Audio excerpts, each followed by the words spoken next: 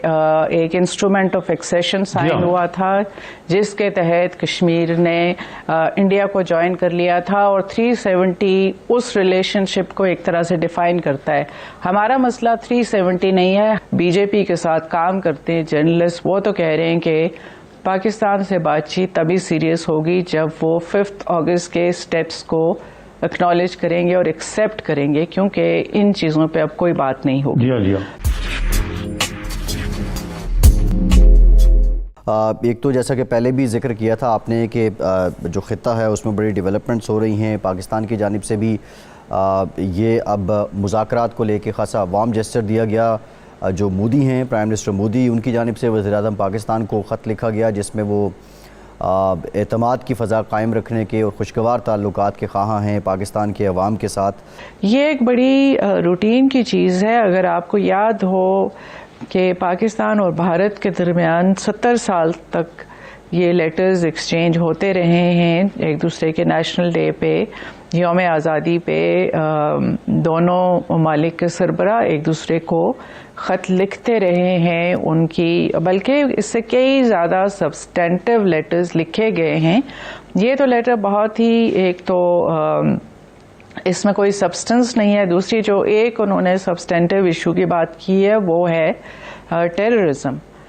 تو میرا خیال ہے کہ تھوڑا سا ٹیررزم کا مینشن کیا گیا ہے.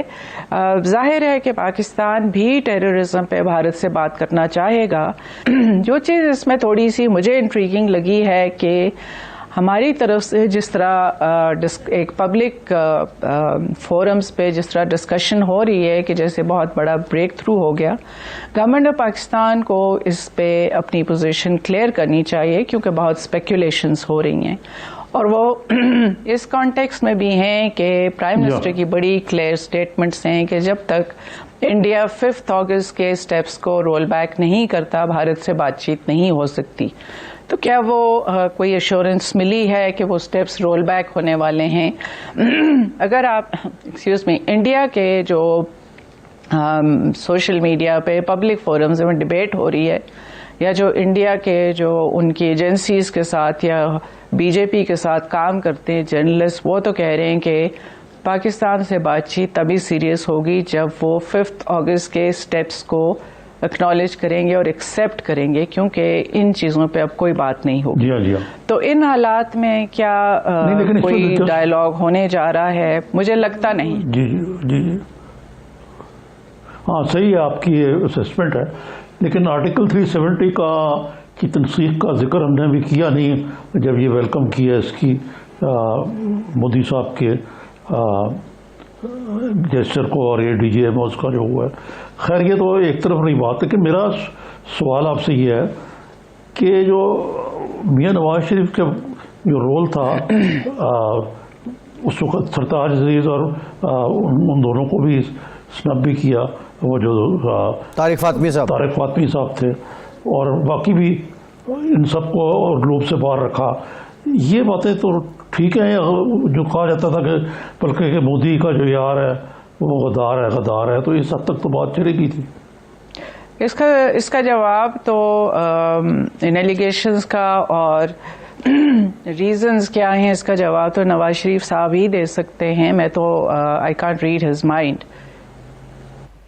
لیکن تسنیم صاحبہ آپ نے ایک سٹیٹمنٹ دی تھی 16 مارچ 2020 کی ایک سٹیٹمنٹ تھی، اور اس میں آپ نے یہ الزام عائد کیا تھا کہ نواز شریف کے دور میں دفتر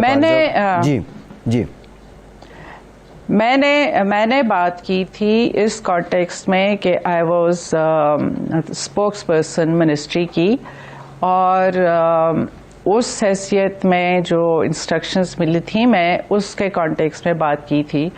باسط صاحب کو کیا انسٹرکشنز گئیں، باسط صاحب سے کیا بات ہوئی، ان کے کیا ایکسپیرینسز ہیں، اس کے بارے میں وہی بات کر سکتے ہیں، یا اس کے پیچھے ریزن کیا تھی وہ نواز شریف صاحب بتا سکتے ہیں. میں نے بات کی تھی کہ ایز اسپوکس پرسن جب آپ کو پالیسی پہ بولنا ہوتا ہے تو آپ کو کیا پیرامیٹرز آپ کے پاس ہوتے ہیں. نیچرلی آپ سے آن دا اسپاٹ بھی سوال ہوتے ہیں.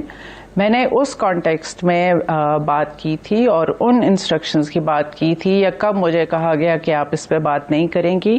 اور یہ وہ باتیں ہیں جیسے یہ کہنا کہ میں نے کامنٹ نہیں کرنا، یہ میں اس وقت بھی لائیو میڈیا کو بھی میں نے کہا تھا، اس لیے میں نے کوئی ایسی نئی بات کی نہیں. میں نے تب بھی کہا تھا کہ مجھے کہا گیا کہ آپ اس پہ بات نہیں کریں گی، تو وہ میں اس وقت بات کر چکی تھی. جہاں تک یہ آسپیکٹ ہے ہائی کمشنر کو کیا انسٹرکشنز گئیں یا کیا ہوا، اس پہ میں بات نہیں کر سکتی کیونکہ وہ تو وہی بہتر بتا سکتے ہیں. نظامی صاحب،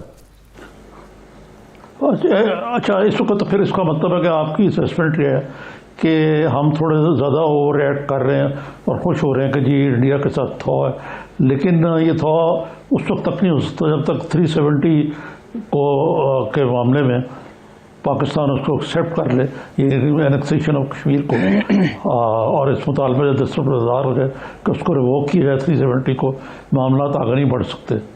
اور ظاہر ہے پاکستان کے لیے کرنا بہت مشکل ہوگا. دیکھیے 370 کا جہاں تک تعلق ہے، آپ نے دیکھا ہوگا کہ حکومت پاکستان نے کبھی بھی کھل کے بہت سے 370 کی ریسٹوریشن یا اس کا سیکریسنٹ ہونے کی بات نہیں کی، کیونکہ وہ فنڈامنٹلی اس چیز پہ بیس کرتا ہے کہ ایک انسٹرومنٹ آف ایکسیشن سائن ہوا تھا جس کے تحت کشمیر نے انڈیا کو جوائن کر لیا تھا، اور 370 اس ریلیشن شپ کو ایک طرح سے ڈیفائن کرتا ہے. ہمارا مسئلہ 370 نہیں ہے، ہمارا مسئلہ یہ ہے کہ اینیکسیشن، آکوپیشن کے بعد کشمیریوں کی زبردستی انڈیا میں شمولیت اور اینیکسیشن اور آکوپیشن کو مزید اس کے جو انڈر سچویشن ہے اس کو اور ایگریویٹ کرنا ہے.